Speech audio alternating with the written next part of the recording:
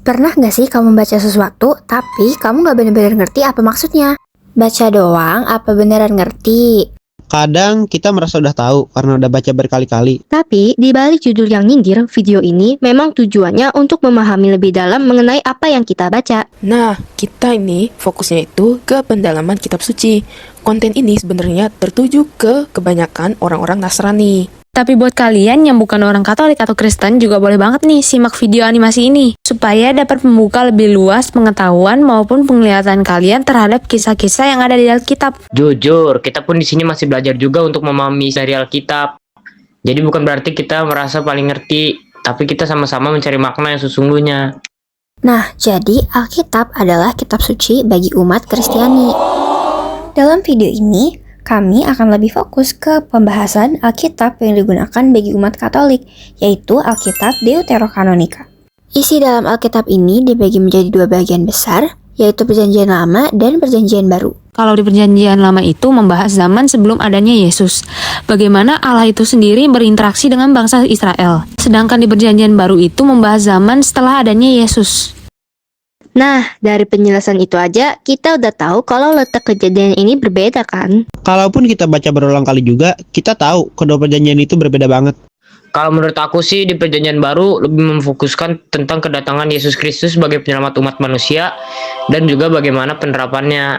Tapi ya, kalian sadar gak sih kalau di Perjanjian Lama, khususnya di Kejadian, there's a really long section yang membahas hal yang sepele. Yang mana tuh? Bab berapa? Terus ayat berapa? Ini loh, bab 24 yang berisi 67 ayat. Yang ini bukan sih yang ngebahas tentang seorang pelayan Abraham yang mencari seorang istri buat Ishak? Oh iya tahu. Tapi ngapain ya di bab yang berisi ayat sebanyak itu kayak fokus banget ngebahas pelayannya? Iya ya, kayak random banget gitu. Cuman seorang pelayan tapi dia diangkat sebagai tokoh utama di bab yang isi ayatnya sebanyak itu. Gimana ceritanya sih? Kalau emang dalam satu bab itu full ngebahas tentang si pelayan, gak mungkin ngebahas hal yang sepele dong. Pasti ada sesuatu dari pelayan itu. Nah, kebetulan banget aku tahu nih. Setelah memahami dan mempelajari lebih dalam, ternyata pelayan itu bukan pelayan biasa. Dan bab itu juga bukan bab biasa dari Alkitab yang sekedar nyeritain begitu aja. Iya, karena kalau diperhatiin lebih dalam, Kejadian 24 itu sebenarnya penuh simbol dan gambaran rohani. Bahkan nih, banyak orang percaya kalau kisah ini tuh bukan cuma soal nyari istri buat Ishak, tapi juga gambaran hubungan Allah, Yesus, Roh Kudus, dan umat percaya. Nah, dimulai dari Abraham. Abraham itu sering dianggap merepresentasikan Allah Bapa. Lalu, Ishak merepresentasikan Yesus Kristus sebagai anak yang dikasihi. Apalagi kalau kita lihat sebelumnya di Kejadian 22 itu, Abraham rela mempersembahkan Ishak. Itu mirip banget sama gambaran Allah yang memberikan anaknya untuk manusia. Dan setelah peristiwa itu, Ishak sempat menghilang dari beberapa bagian cerita. Banyak yang melihat ini sebagai gambaran kenaikan Yesus ke surga setelah pengorbanannya. Terus si Ishak muncul lagi ketika waktunya mengambil seorang perempuan menjadi istrinya, yaitu Ribka. Nah, di situ gambaran simbolisnya makin jelas. Kalau Ishak merepresentasikan Yesus, maka Ribka menggambarkan umat percaya atau gereja. Lalu muncul tokoh penting di bab ini, yaitu pelayanan Abraham. Yang dipercaya bernama Eliezer. Dia diutus khusus untuk membawa Ribka kepada Ishak. Dan menariknya, nama Eliezer itu punya arti Allahku adalah penolong.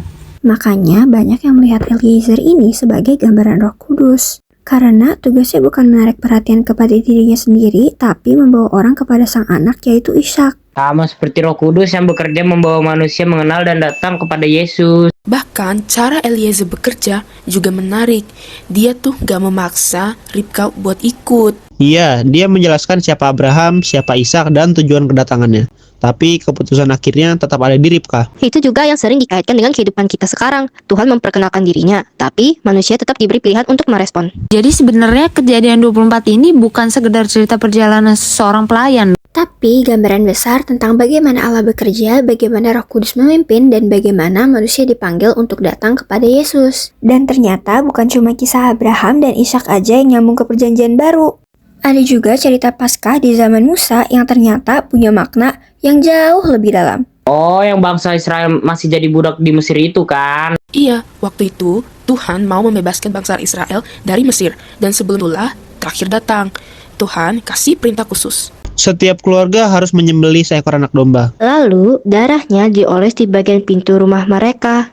Karena malam itu akan ada tulah terakhir, dan rumah yang ada tanda darah anak dombanya bakal dilewati dan jadi mereka selamat. Kalau dibaca, ya sebenarnya biasa aja sih. Mungkin kita mikir ini cuma bagian sejarah tentang bangsa Israel. Padahal ternyata banyak orang percaya kalau bagian itu sebenarnya jadi gambaran tentang Yesus di Perjanjian Baru. Bahkan, detail-detail kecilnya juga ternyata nyambung banget. Contohnya, anak domba yang dipilih itu harus tanpa cacat. Dan di Perjanjian Baru, Yesus juga dikenal sebagai pribadi yang tidak berdosa. Terus anak domba itu dikorbankan supaya orang lain itu bisa selamat. Sama kan seperti Yesus yang berkorban untuk menyelamatkan manusia? Pantes ya Yesus disebut anak domba Allah. Iya, bener banget. Karena ternyata gelar itu bukan asal disebut begitu aja.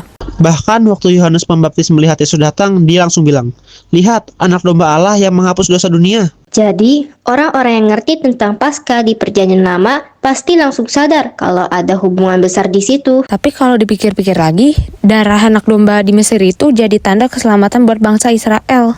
Sedangkan di Perjanjian Baru, pengorbanan dan darah Yesus dipercaya membawa keselamatan bagi manusia. Makin dipelajari malah makin mind-blowing sih. Karena ternyata dari kitab paling awal aja udah ada gambaran tentang apa yang akan terjadi. Jadi, Perjanjian Lama itu bukan cuma cerita lama yang udah selesai, tapi seperti bayangan atau petunjuk tentang apa yang akhirnya digenapi di Perjanjian Baru.